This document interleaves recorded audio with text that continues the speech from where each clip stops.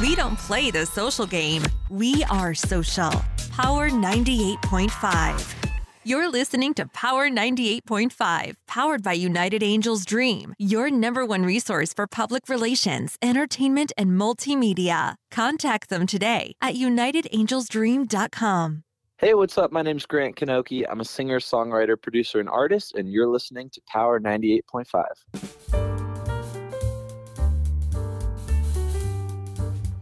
Good morning, good afternoon, and good evening. Happy Memorial Day weekend.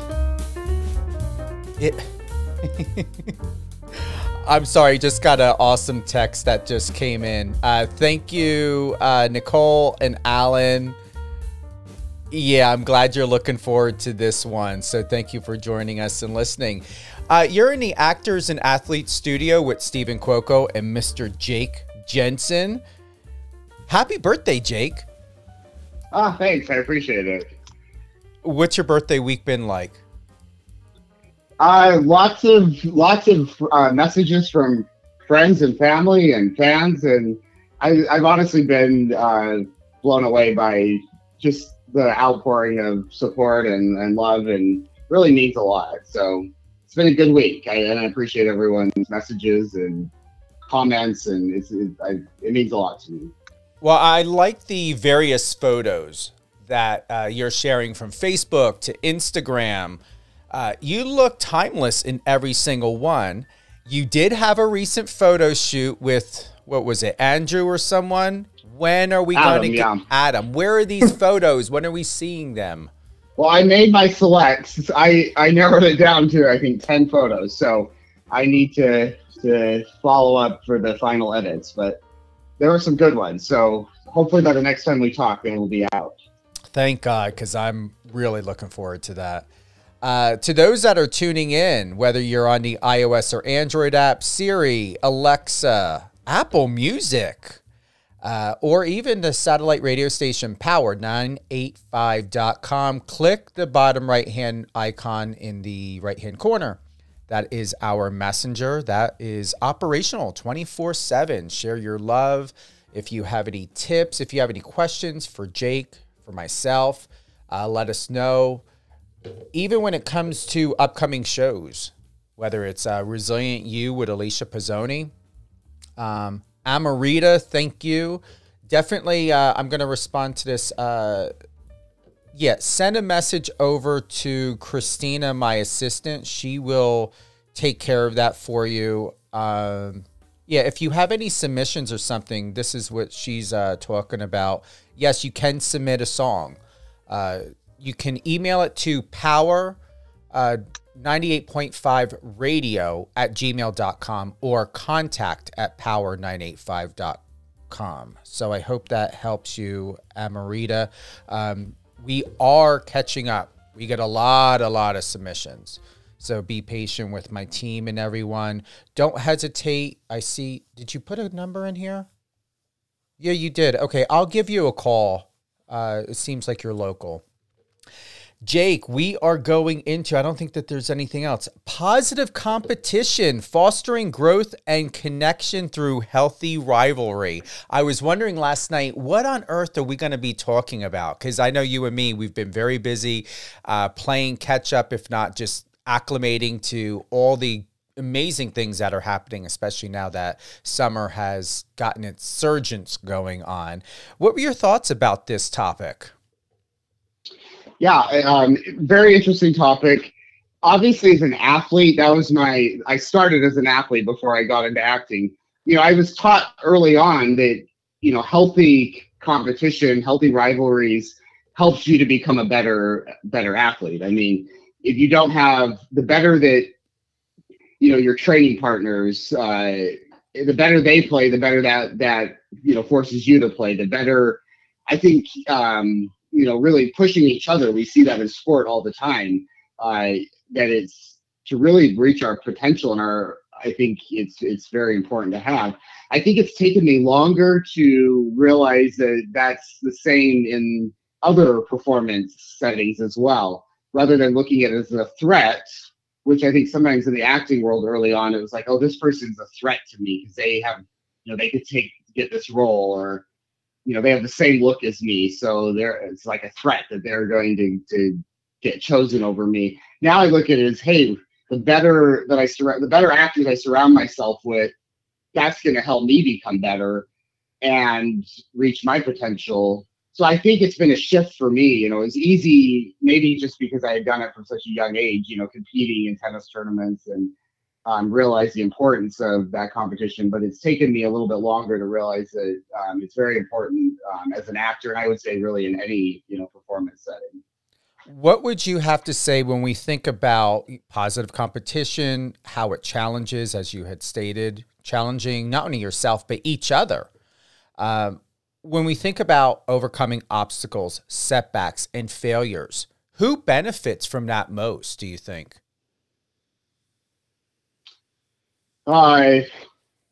Benefits in the sense of... Let's say you and I are playing tennis. Yeah. You're seasoned. I'm not. How would I benefit? Common sense would think, okay, you're up against Mr. Jake Jensen. Steven, yeah. You rarely hit a tennis racket in 20 years or have one in your hand. But isn't it to where even the pro can learn from someone who may have never kicked a ball, thrown a ball, had a racket in their hand? Yeah. Absolutely. And, I was lucky. I had a coach, Rauno Suominen from Finland. He was my coach from age 13 to 25. So I worked with him for like 12 years. But he taught me that no matter who your opponent is, you can gain and learn something from it. So obviously you need to play or compete against a certain number of opponents that are around your same level so that it's very competitive, very close. You also need to play some that are better than you to show you where you need to go. And then it's okay to play some that are, if I play you in tennis, I'll probably win because I play all the time.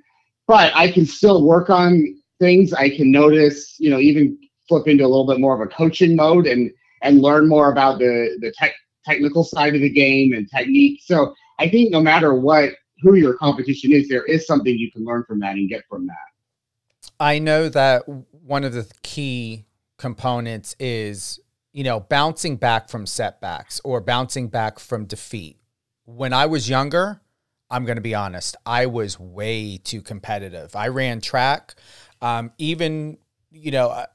just love running. I love feeling that I'm floating or in the air, absolutely weightless.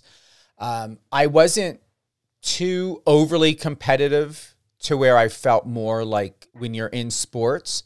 I feel that people are equal, even though that we're at different levels. We're still equals because we all have some sort of drive and determination every single day, whether it's for ourselves or for what we're aiming for in life. However, board games, I was not a fair sport. And Monopoly is my favorite board game. And, it doesn't matter what it was. Even playing video games, which I'm sure you can relate to, Jake, I did not like to lose. So my question for you is, for those that are out there, we understand the healthy mark when we think about healthy competition. But there are people that don't see it as something as healthy competition. There are people that believe they have to win, whether it's in finance, sport, whatever it is, they have to win. They have to win all the time. And there is no truth to understand or to even, as I'm processing this, to even consider that the person could have an idea of being a loser or not have been number one. How do you work with people, or do you work with people, or what's your experience been like when it comes to a person who believes they have to be number one all the time? There's no such thing as losing in their life. And has there ever been any sort of retaliation, or how do you recommend dealing with retaliation when we think about competitiveness and people who are just sore losers? Yeah, I mean, there's a lot to unpack there from what you just brought up. I mean, I agree with you. One of your early statements you made today was that everybody's competitive to some degree, and I absolutely agree with that. But I think, we see those people that are competitive in every single thing that they do. There's others that, like me, that are more, I tend to be very competitive in things that I'm good at. And maybe as a defense mechanism, things that I'm not as good at, like board games, I just kind of have fun and smile and enjoy, but I'm not super competitive. And I think it's finding that healthy balance. People that get what we call in sports psychology that are ego driven, where it's only about winning or losing. I think that's a problem. So working on also some intrinsic motivation, where it's not just about winning or losing. It's also about growing and developing and enjoying and getting, you can be competitive, but still, no matter whether you win or lose, you're still learning from the experience. You're still having that growth mindset. You're still getting something out of it. So I think it's really finding a balance between that ego-driven, everything's extrinsic, winning, getting fame, getting money, and then that intrinsic. And I think the best athletes, the best performers, find a good, healthy balance between the two. There's nothing wrong with being driven by wanting to win, but when that becomes the only thing that people can focus on, then that, I think, really becomes a problem and can lead to burning out much quicker as well. I'm going to honestly say there most definitely are other factors to a person who doesn't handle not being number one, not being seen as a winner. We know there's different forms of narcissism. There are different ways that people use competition as just like social media. It is a way to, it can be a drug, it can be addiction, it can be an escape. Have you encountered people that have used sports or otherwise ways of escaping in a very unhealthy way, but perceived or led people to perceive that they're all in this because they got their heart into it? And really it turned out to where the person would do anything to not only destroy themselves, but to destroy someone else if their facade was challenged. Absolutely. And I think that's why, unfortunately, sport, can bring out the best in people. I shouldn't just say sport, I should say competition. But it also, we see, cheating and doing anything you can to gain that advantage. I mean, that's why in sports, we've got athletes, using performance-enhancing drugs, doing everything they can to get that advantage. There was a study that's been repeated multiple times, Steve, and I find this super fascinating, that it asked like Olympic to professional level athletes, if you could take a drug that would guarantee that you would win, like a gold medal, and not be caught, so you wouldn't, there's no chance you'd be caught cheating. It would guarantee you that you would win, but you would die within 5 years as a result of taking this drug, just hypothetically. And then over 50% said, yeah, they were willing to do that. I mean, I think that shows how our society, how much the emphasis is placed on competition, on winning, that people are literally willing to die for it. So when you hear that, it's like, of course people are going to cheat and do things when that becomes the only, winning and being the best, being number one. And that's, honestly something we need to, as a sports psychologist, as a performance psychologist, have to be aware of, because that's that our society really pushes that kind of, I think, emphasis on winning and being the best. But it can lead to, like you said, a lot of it's like an addiction that you'll do anything to get. This is what I wrote down in my notes for today's show. Engaging in positive competition creates opportunities for meaningful connections and camaraderie. It brings individuals together with shared interests, values, and goals, fostering a sense of community and belonging. Collaborating with others, supporting one another, and celebrating achievements creates strong bonds and lasting friendships. Whether it had been softball or flag football or any sport that I had played, that to me is what sums it up of healthy competition, because it's going to be able to not only, whatever age you are, and wherever you're at in your life, we are constantly in evolution and change and growth and expansion, and things get demolished and new things get built, and we move around and we go through things like the pandemic or other things in life. It is all about communication and community and asking the question, who are you? You know, what is your name? First question, what's your name? Hi, this is who I am. And finding a common ground to connect. And I believe that when we are challenged first with ourselves and put into a situation or amongst other people or a person, it really gives the opportunity of a mirror reflection to find out who we are in situations that we may never be in order to, if you don't want to look at it or consider it, to some, because there are people that don't like the idea or the word of competition. But then again, how about if we consider a word like, what would the word be instead of competition, you think, Jake? That's a great question, because I I use competition, even though I absolutely agree with what you're saying, that there's people have a very sometimes negative connotation with competition, but I still use it. I don't know. I'm gonna have to give that a thought and maybe come back to that later in the show. I know, because other words for competition: competitiveness, vying, contesting, feuding, conflict. I'm going to say, what would be another positive word for competition? I'll tell you, I enjoy Google for a lot of things. Yes. Compete, best to everyone. What would, battle. Brawl, fight, riot. No, Google, that's not where we're going. Well, for the most part, I enjoy Google. Yeah. But you understand what I'm saying. It's absolutely, yeah. It's, you know, I would say growth.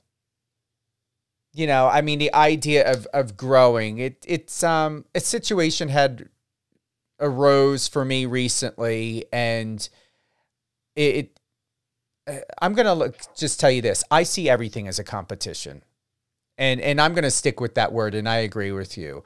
Here, it just came to me. In addition to competition, let's just say understanding. For myself, I'm going to use the word understanding, where I know where I can rise and shine and be absolutely exceptional. I'm going to honestly say that it's all about self-awareness. It's all about connection.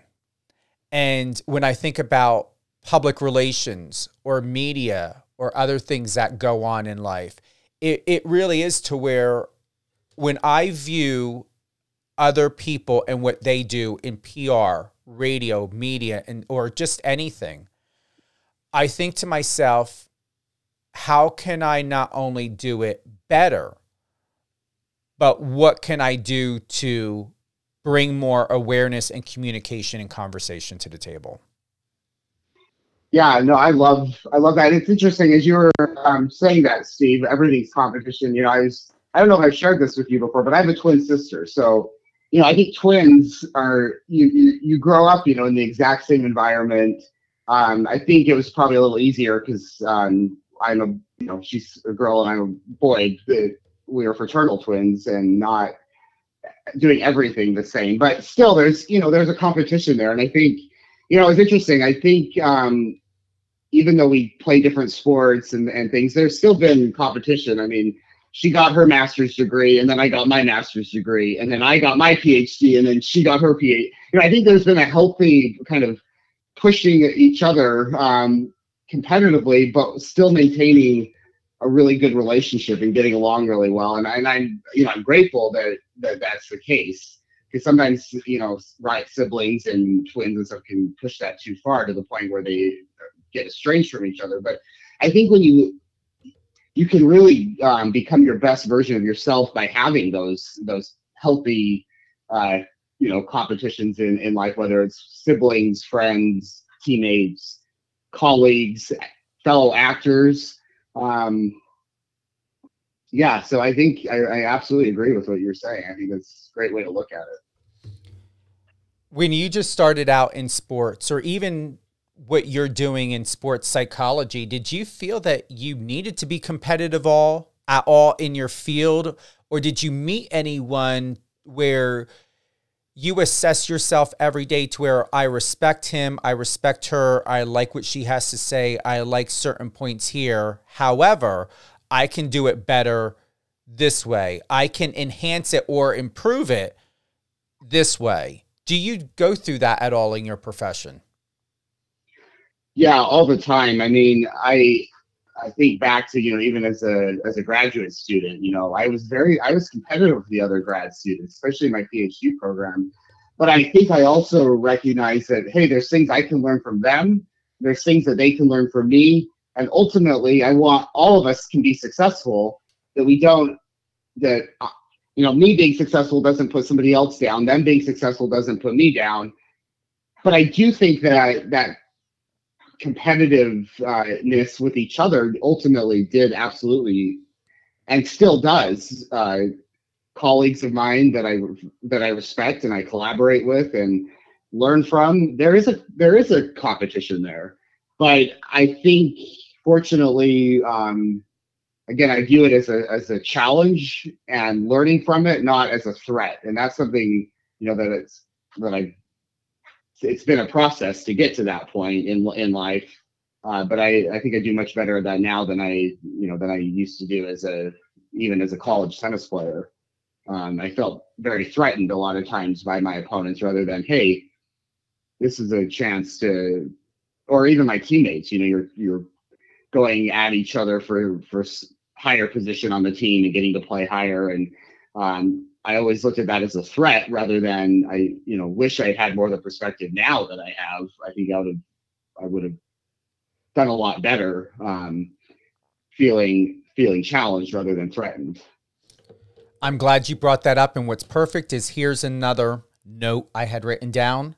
Skill and development and learning. Positive competition provides a platform for individuals to refine their skills, acquire new knowledge, and gain valuable experience. By observing and learning from others, individuals can identify areas for improvement and develop strategies to enhance their performance. That's what sums it up for me right there. Exactly what you had stated, Jake. Even when feeling like that, because I'm going to be honest, I do as well in my career. Even to this day, I still feel threatened, and I'm going to be more specific. I feel threatened by the fact where most people, I believe, should know the right thing to do. I believe most people, if not everyone, should understand and respect to consider what could it do to someone else emotionally, mentally, and or physically. Even when we think about sports and competition, really, who are you up against?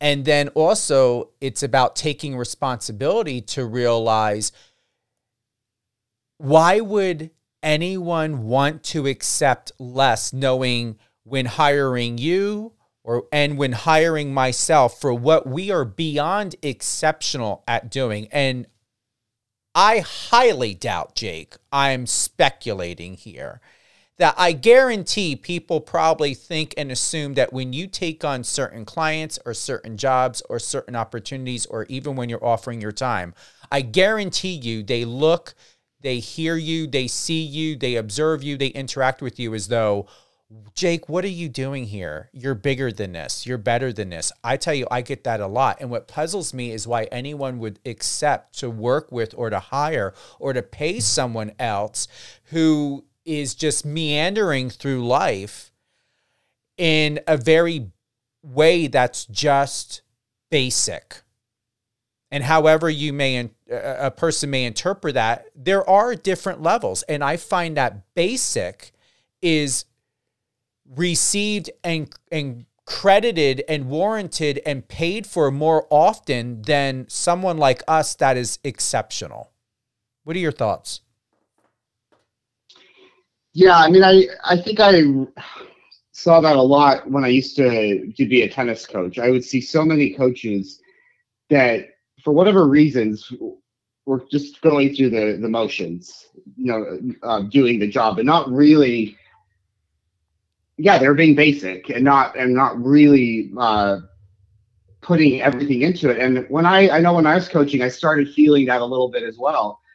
That I was just going through the motions, and that's where I had to check myself and go, is this really what I want to be doing? Is this really what I want to be pursuing as my full-time career? And I had to be honest and go, no, it's not. I want something different.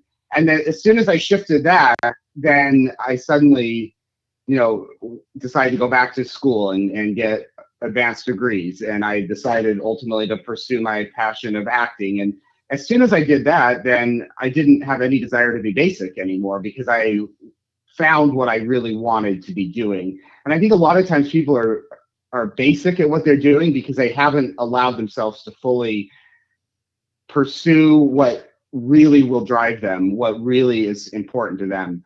And so I look at it as why is that person, why is that individual being basic?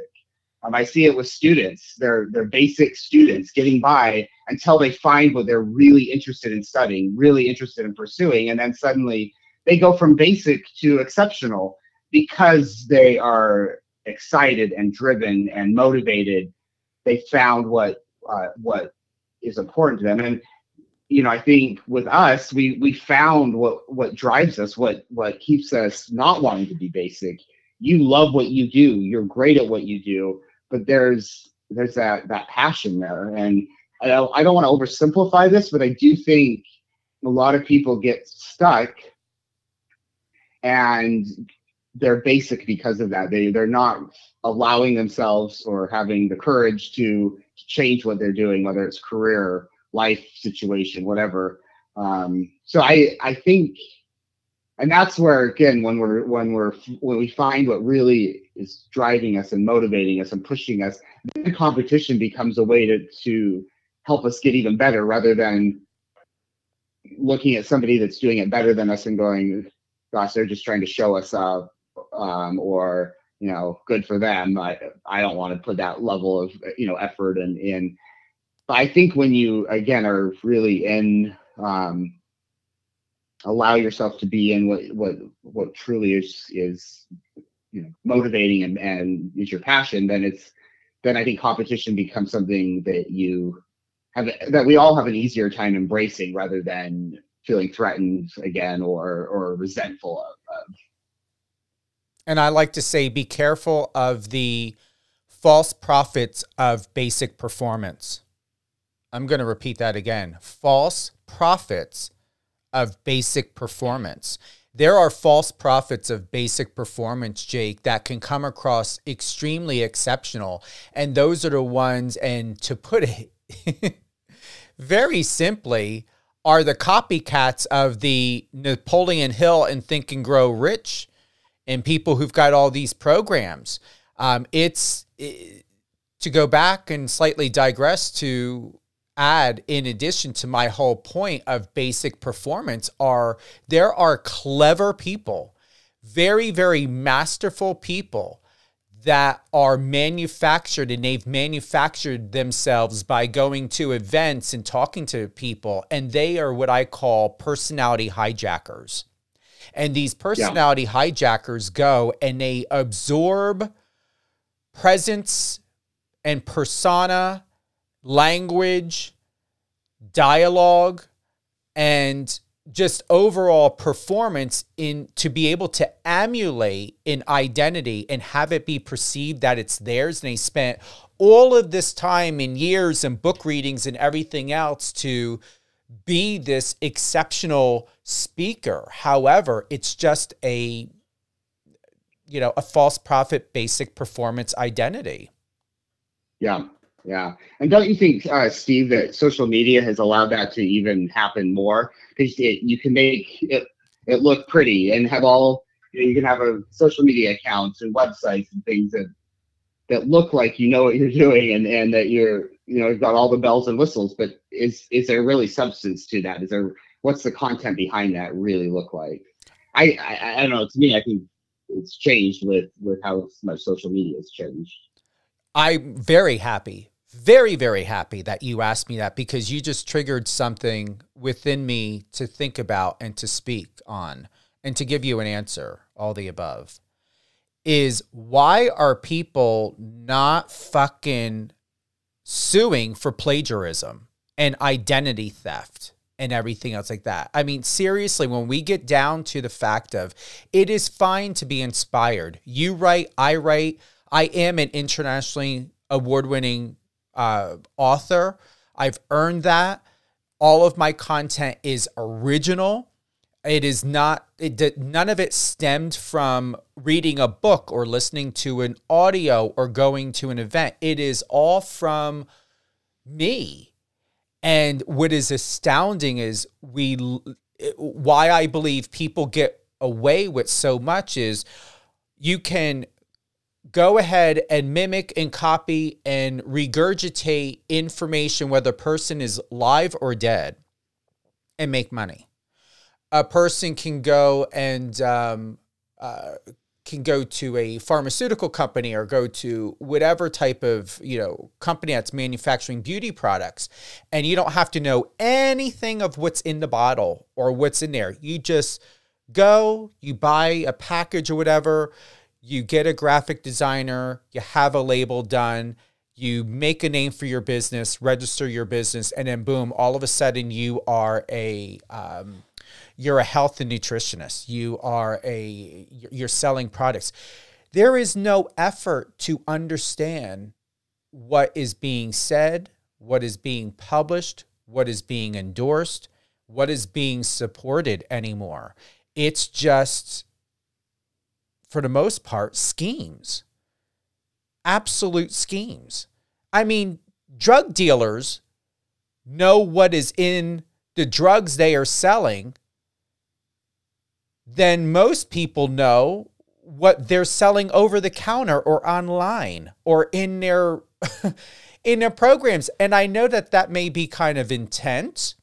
I'd be like, oh, Stephen, hi, can you... But the fact is, go to a strip club.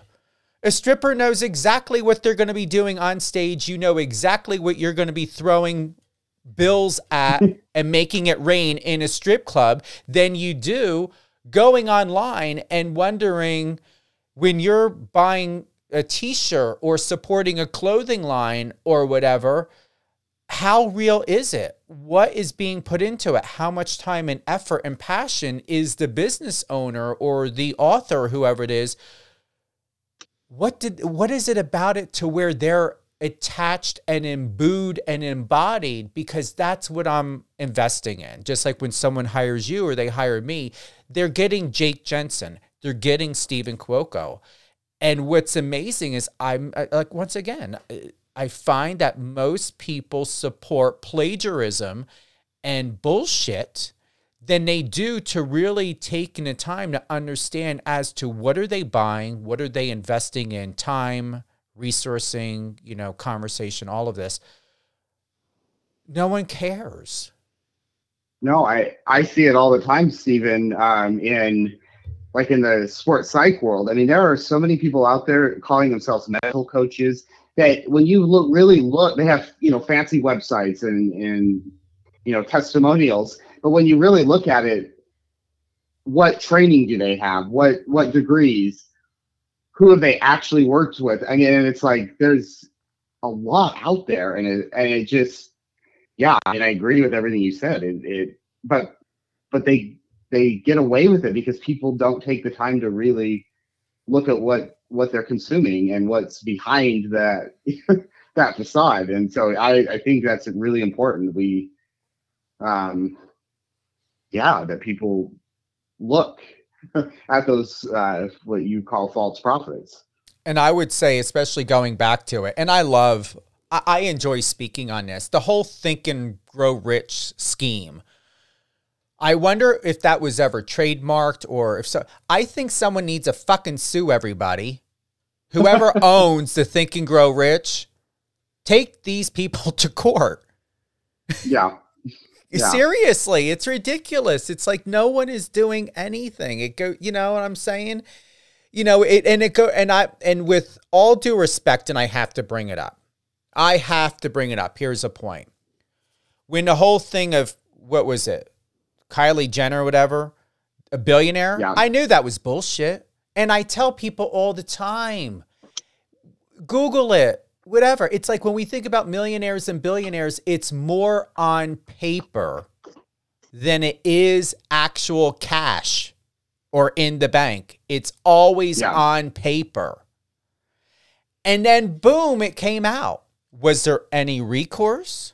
Was anybody liable? Because that was obviously proven that it was misrepresentation and potentially fraud.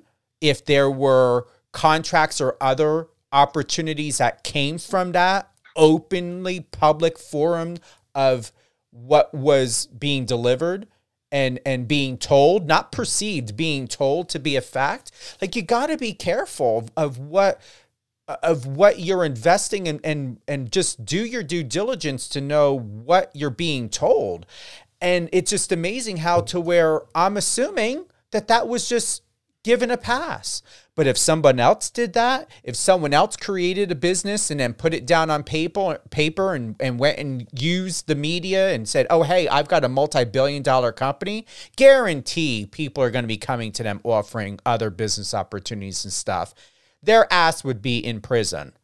The federal government would be on them so darn quick. And you would be hearing about it because the media would be pissed off that they were used, and pissed off because their job would be at risk, because where were the facts? Where are the documents to prove it? You need to especially have documents to prove before you start calling someone a billionaire or a multimillionaire. And that's another thing, how many times people, and I'm seeing this more often on TikTok and Instagram, Jake, people bragging about money, their assets, to try to garner paying clients to become like them. Yeah.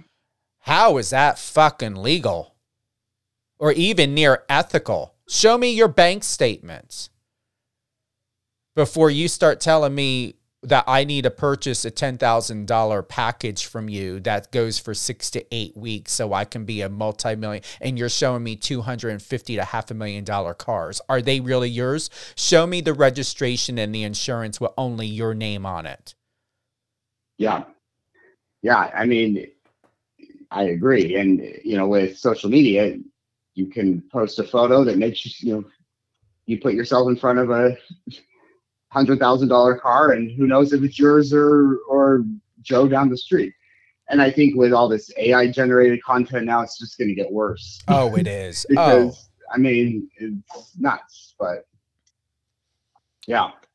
Like I said, the biggest point of it is that I know in the real world, from the world that I come from, that if anyone of my past or my family or even myself would do that, fucking FBI would be on my door. How other people get away with it, and blatantly people know people aren't stupid. We can see it in the news in comparison between, people from different walks of life or different, economical backgrounds. There is discrepancy when it comes to accountability. And this does tie into our point today, because it really matters to put it in a better perspective, a more clear perspective. Positive performance really it has to do with what are you doing or what are you not doing when it comes to the performance of self, whether it's in sports, business, finance, whatever it is.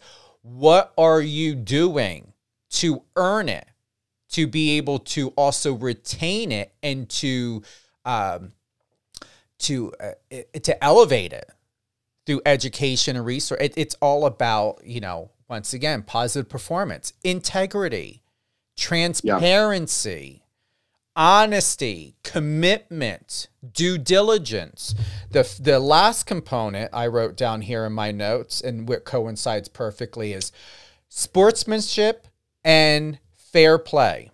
Once again, sportsmanship and fair play. To sum all this up, whether sports related or otherwise, sportsmanship and fair play. Positive competition emphasizes sportsmanship, fair play, and ethical conduct.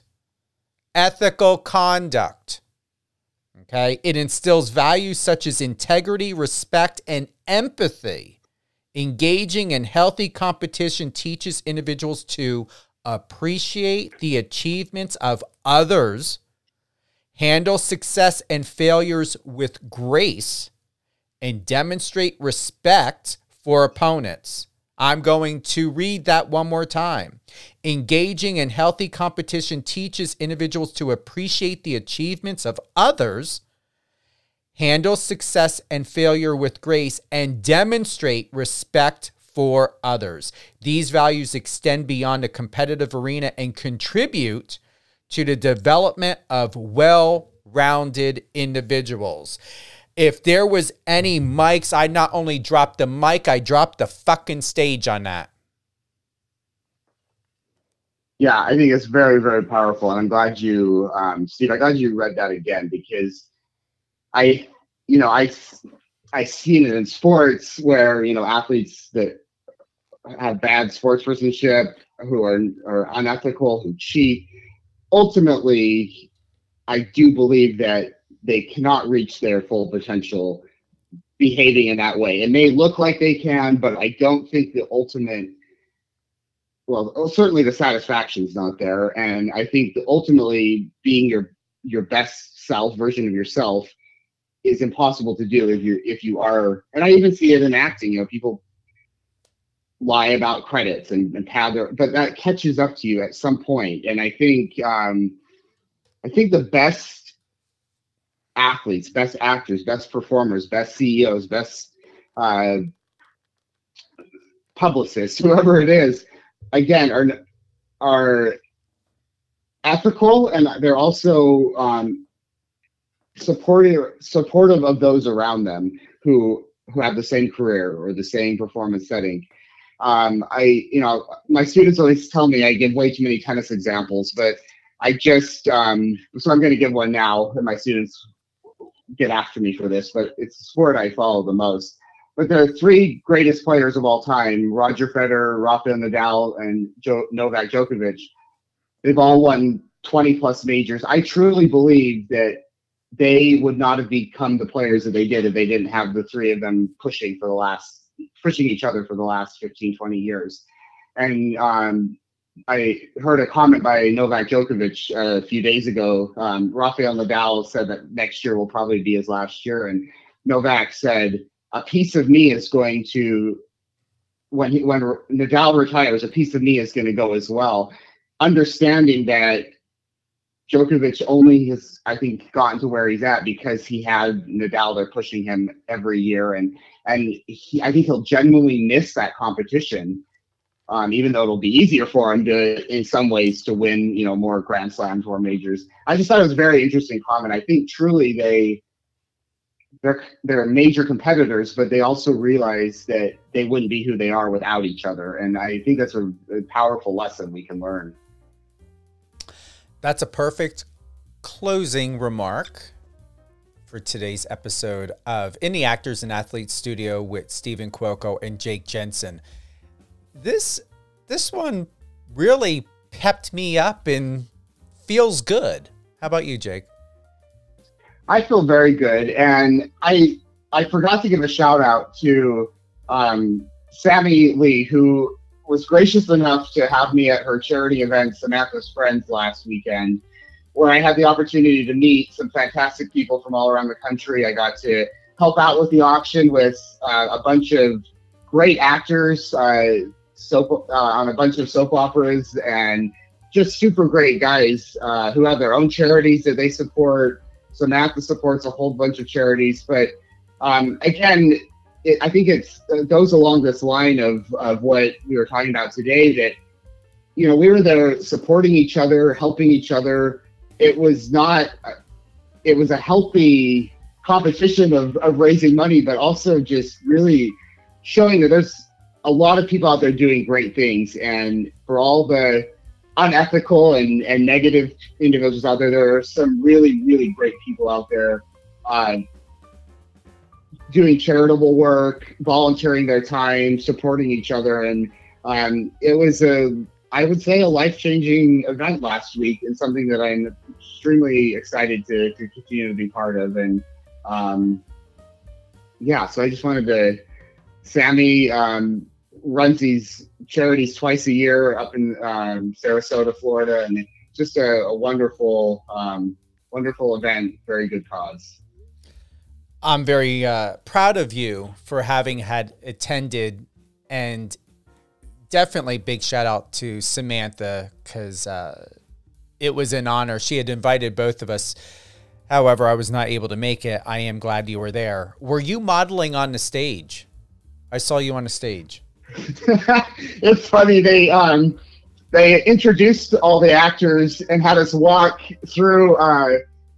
They weren't curtains, but we couldn't see into the room. And I was the first one to go. I had no idea what to expect. So I walked out there, and there was a runway that we were supposed to walk down. And I had this look. I'm sure I had this look on my face, like, what's going on? But I recovered pretty quickly and walked down the runway, and the photos looked good. So I guess I recovered pretty fast. But next time I'll know what to expect. But it was funny because I really had no idea what I was walking into. So that was fun. I saw one of the photos, and I wasn't too sure. Like, I was assuming you were modeling, but yeah, you had a big smile on your face. It's remarkable. Big shout out to Marcos Papadopoulos over at Digital Journal.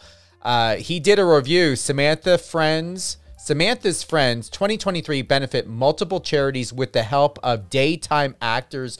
You look fabulous. You're there next to film producer, director, TV also film director and producer Gregory. I'm loving this photo. Got Eric Fellows in it, Mike Manning, Christos.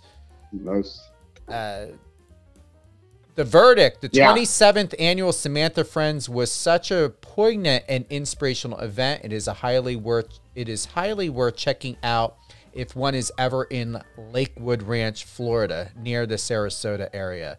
It raised money for multiple noteworthy causes, coupled with the presence of some daytime TV guests and Emmy Award-winning actors. There was a feeling of euphoria and nostalgia in the country club venue where the event was held. Exciting. It was very exciting, and I feel like I made friends for life, honestly.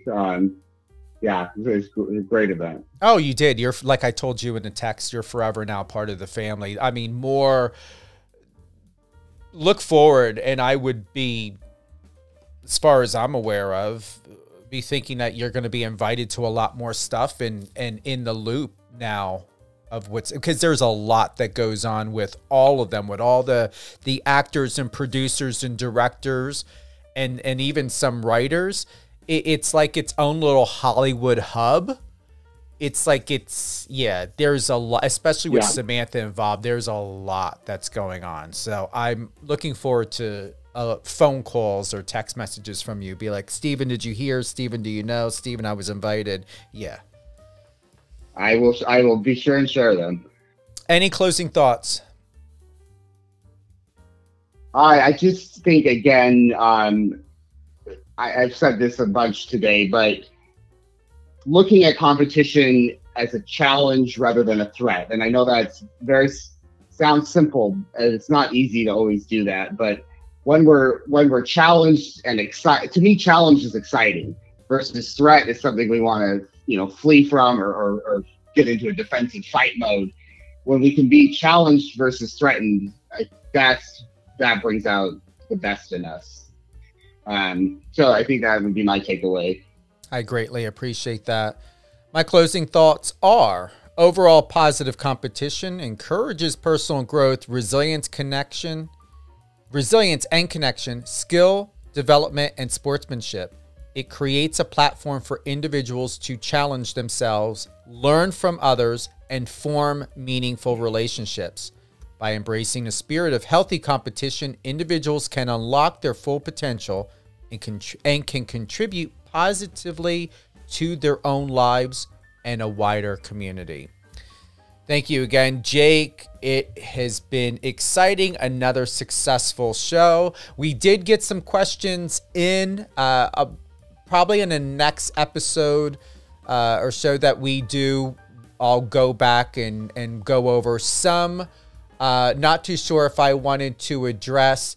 I am gonna ask you this question because one did come in. Would you ever want to have a conversation? A question came in about what our thoughts are when it comes to the trans in sports. I have no problem talking about that. But at the same time, this is you and me, and I'm not saying for today, but is that ever something you ever think we should talk about? Well, I mean, I think it's a topic that is getting a lot of attention right now, and I think we need to be willing to talk about things that are on people's minds and in the discussions of sport and society. So I think for me, my first reaction is, oh no, I don't want to go there. Mine too. But my second thought is this is something that's very, very pertinent right now and being talked about. And so I think it's something to think about. And certainly we can talk more about that off air. But yeah, I mean, I think we need to be willing to not always talk about stuff that is easy. I think that's, or comfortable. So that's something to talk about. And that something to think about. That came from Stacy. Thank you again. And I didn't want to be one of those. Here's the reason why I brought it up. And I brought it up live. And also because Stacy's listening. And there are times that I will respond to certain things and times I won't. And I'm just thinking to myself, from a media perspective, a journalist is to be extremely objective and unbiased. From the publicist in me, I'm going to be honest, Stacy, and so Jake can just open. The PR in me doesn't want to talk about it. The journalist in me has no problem to, because I understand where the question is coming from. And also I feel from a journalist perspective, it would be disrespectful to not, when you had clearly stated, Jake, that it is a topic and it is a topic that's getting out of control in conversations where there is no offering of real resolution in some way. It's just, here's my viewpoints and thoughts. It seems more subjective than objective. And that's the journalist, the media in me that's like, oh yeah, I can talk about this. But once again, to be very, very clear and fair, I do not shy away from controversy from a PR perspective or a journalist perspective. I just know from a publicist, to speak as a PR representative, I think to myself, oh God, what scrutiny am I going to get? However, the competitive side in me is I am not the person, and I have no desire to be, who sweeps things under the rug. Yeah. So with that, I'm open offline to chat with you about that, Jake, and to pay attention to the scope and the intensity of the direction of where it's going. And I know a journalist recently spoke on this who works or is in sports journalism. And I'm wondering, and I believe and feel that you and I are two exceptional professionals that could speak objectively on a topic like that. So once again, Stacy, thank you. And I just wanted to offer support and respect to that and not dismiss it, because I believe most people would dismiss that question. No, and I appreciate that too, Steve. I mean, I work within a collegiate athletic department now, so this is a topic that I guarantee is going to come up in athletic department meetings. It's going to come up with coaches. It's going to be something that I am experiencing and living and talking about. So I think it's something definitely worth talking more about, and I'm not afraid to have an interesting conversation about topics like this. So yeah, I want for us to be prepared for it and to have more of time of having the promotion and the community awareness around that, in case anybody, whether you're listening on the app or on the Power 98.5 website, that if you have any questions or comments, that they come in and I can handle it, whatever comes the way. But I highly doubt you and I are going to have to deal with any bullshit on that, because you and I don't come from a controversial place. We people know, and if they don't, they'll find out we are very objective and professional about what direction we're going in with topics. Yeah, absolutely. All right, all great things, Jake Jensen. Head on over to Jake Jensen Media, JakeJensen Media, and Stephen Cuoco, StevenCuoco, Instagram, TikTok, Twitter, and more. Thank you again for joining Jake and me today on In the Actors and Athletes Studio with Stephen Cuoco and Jake Jensen on Power 98.5 Satellite Radio. And if you are happening to listen to this show or any of the shows on Amazon Music, Amazon Audible, iHeartRadio, and Spotify, remember, all great things come first at Power 98.5, whether it be downloading the iOS or Android app, listening to us on Siri, Alexa, and we are live streaming on Apple Music. Have a great day, everyone. And Jake, happy birthday. I appreciate it. Thank you so much. You're welcome. Have a great day, everyone.